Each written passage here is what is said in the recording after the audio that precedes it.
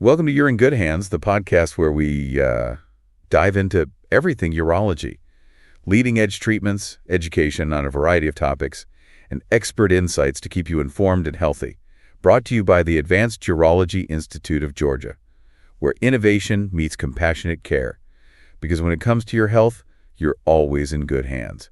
As always, the information discussed today is purely informative and does not constitute medical advice.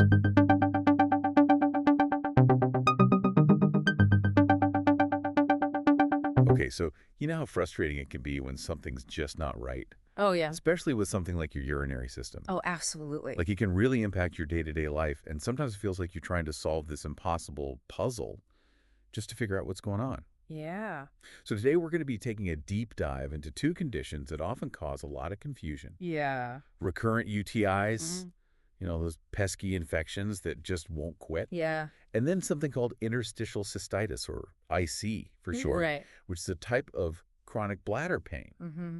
And we're really lucky today because we've got some fantastic material to guide our deep dive. Oh, that's great. Straight from the experts at Advanced Urology. Nice. They actually shared some really insightful stuff presented by one of their own urologists. Okay, cool. And it really sheds light on these conditions. Yeah. And one of the things that really jumped out at me was how often IC gets mistaken for recurrent UTIs. Oh, wow. And that's a really big deal because it can lead to, unnecessary use of antibiotics. Right. And that's something we definitely want to avoid. Yeah. It's like trying to fix a leaky faucet with a hammer. Uh-huh. It's just not the right tool. And it can actually make things worse in the long run. You can. And we all know that using antibiotics when they're not needed can have some pretty serious consequences. Absolutely. Especially like with the whole antibiotic resistance issue. Mm-hmm. That's a major problem. Yeah. It's a huge public health challenge. So our mission for this deep dive is to give you a clear understanding of the differences between recurrent UTIs and IC. Okay. So we'll break down the symptoms. Uh-huh. We'll explore some of the potential reasons why they happen. Mm-hmm. And most importantly, we'll explain why getting that accurate diagnosis is absolutely key for managing these conditions effectively. Right. And avoiding those unnecessary antibiotics. Yeah, for sure. So first, let's talk about recurrent UTIs. Okay. What exactly do we mean when we say recurrent? Well, recurrent UTIs are usually defined as having 2 or more confirmed urinary tract infections within a 6-month period, or 3 or more within a year. I see. And while getting a UTI once is pretty common for a lot of people, having them over and over again points to something a little more serious going on. And from what I understand, women tend to experience this more often. They do. Right. Yeah, that's definitely something that Advanced Urology highlighted. Okay. And there are a couple of reasons for that. Okay. Just the way our bodies are built makes a difference. Okay. So the female urethra, it's shorter. Okay. And it's closer to the anus. Which means bacteria from the GI tract can more easily get into the urinary tract and reach the bladder. Okay. And then we also have to factor in hormonal changes throughout a woman's life. They can really influence how susceptible we are to these infections. So we all know the classic UTI symptoms. Oh, yeah. The burning sensation when you pee. Right. Constantly feeling like you have to go even if you just went. And just overall discomfort and pressure. Yeah. It's no fun. No, it's not. And Advanced Urology actually outlines several possible reasons why these infections might keep coming back. Okay. So one is something kind of bacterial persistence. Interesting. Basically, it means that sometimes the first round of antibiotics doesn't completely wipe out all the bacteria. Right. And those survivors, they can multiply and cause another infection later on. So it's like a few weeds in your garden that manage to survive and then sprout up again later. Exactly. Yeah. And then, of course, there are the hormonal changes we talked about. Lower estrogen levels, especially in women who've gone through menopause, can change the tissues in the bladder and vagina and make them more prone to infection. Makes sense. And then there's urinary retention. That's when your bladder isn't emptying completely every time you go. Right. And that leftover urine can basically become a breeding ground for bacteria. So it's like a vicious cycle. Yeah. Okay. What else did Advanced Urology highlight? Well, they mentioned sexual activity as another factor. Okay. Sometimes it can introduce bacteria into the urinary tract. And then lastly, they pointed out that your immune system can play a role. Oh, yeah. if your immune system is weakened for any reason, it might struggle to fight off these infections. So there are a lot of potential contributors to recurrent UTIs. There are. But thankfully, there are things people can do to try and prevent them. Absolutely. Right. Yeah. So Advanced Urology had some great advice on that. Okay. So hydration is key.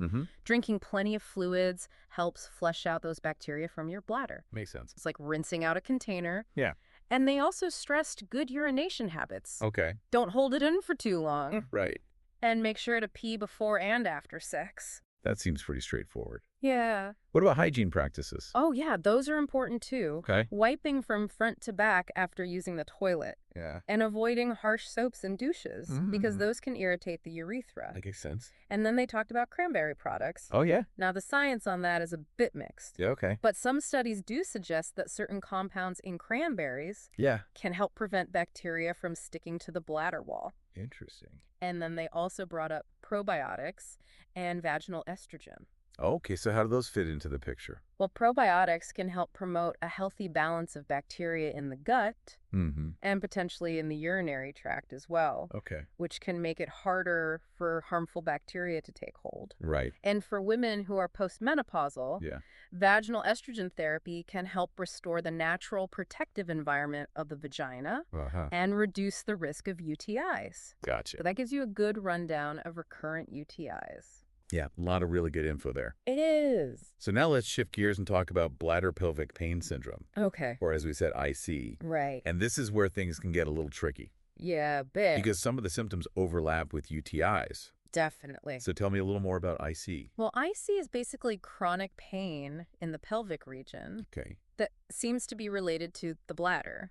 Symptoms can include pain in the bladder itself, frequent urination, that urgent need to go all the time, and a feeling of pressure or discomfort in the pelvis. So right off the bat, I can see why someone might think they have another UTI. It's easy to see why. The frequent urination and urgency sound very familiar. They do. So I'm guessing that's where the misdiagnosis often happens. Exactly. People just assume it's another UTI. Yeah. But here's the key difference. Yeah. And Advanced Urology really emphasized this. Unlike a UTI, IC is not caused by bacteria.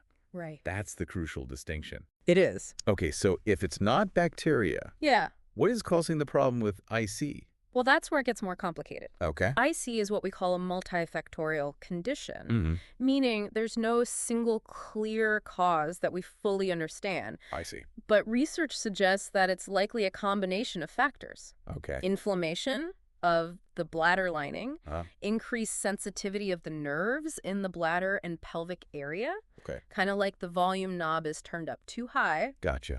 And even some responses from the immune system. So it's more of an ongoing inflammation or neurological issue. Yeah. Rather than an active infection that you could treat with antibiotics. Exactly. And I can see why mistaking it for a UTI could be such a problem. Absolutely. You know, someone's having that urge to go all the time. Yeah. Pelvic discomfort. They're going to think, oh, it's another UTI, right? And if they're given antibiotics for something that's not bacterial, it's not going to address the underlying cause of their pain. Exactly. Or any of the other symptoms. Right. And that's where the danger of unnecessary antibiotics really comes in. It does. I know we've touched on it, but it's so important to understand. Absolutely. The more we use antibiotics when we don't need them, the more likely it is that bacteria will become resistant. It's a big problem, and it makes it harder to treat real bacterial infections in the future. For everyone. Exactly. So it's not just bad for the individual, but for public health in general. Right. So if antibiotics aren't the answer for IC, what are the treatment options? Well, Advanced Urology outlined a few different approaches. Okay. So one is hydrodistension with bladder instillations. Hydrodistension? Yeah, it basically involves gently filling the bladder with fluid to stretch the walls. And what's the idea behind that?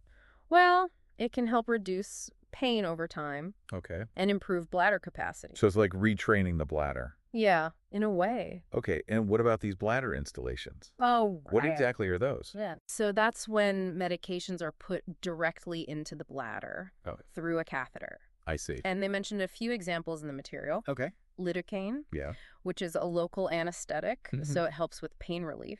Okay. heparin, Yeah. which has anti-inflammatory properties, and DMSO. Okay. That's another medication that can reduce inflammation and pain in the bladder lining. So it's a way to target the problem directly. It is. Okay. Yeah, they said this approach is often used for patients with moderate to severe IC symptoms, and it can provide some temporary relief. Makes sense. And then they also talked about natural supplements for bladder health. Oh, right. Things that can potentially help manage IC symptoms. Okay, so tell me more about that. So some people with IC do find some relief from certain natural supplements. The materials mentioned D-Med-Nose. Okay.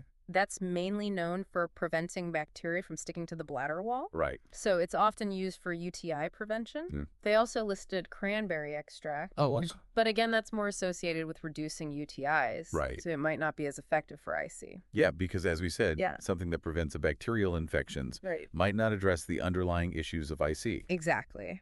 Okay, what else is there? They mentioned probiotics, which can support a healthy bacterial balance in the body, and that can have overall health benefits. Okay. And then there are supplements like quercetin, which has anti-inflammatory properties, aloe vera, which is thought to be soothing for irritated tissues, and L-arginine, which might play a role in bladder function and repair. Interesting. But it's important to remember that while these supplements might help some people, they're usually just one part of a bigger management plan, and they don't work for everyone. And what about more severe cases of IC?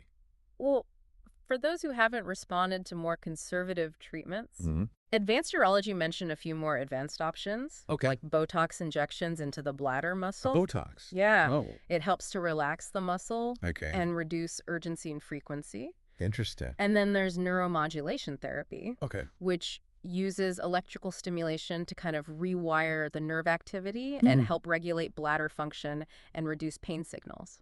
So those are for more extreme cases? They are. Okay. Yeah. And as a last resort, if nothing else works, surgery might be an option. Gotcha. So it seems like managing IC really needs a personalized approach tailored to the individual and how severe their symptoms are. Absolutely. So if you're listening to this and any of this sounds familiar, like you're having UTIs that just keep coming back, or you've got this constant bladder pain that won't go away, it's time to see a urologist.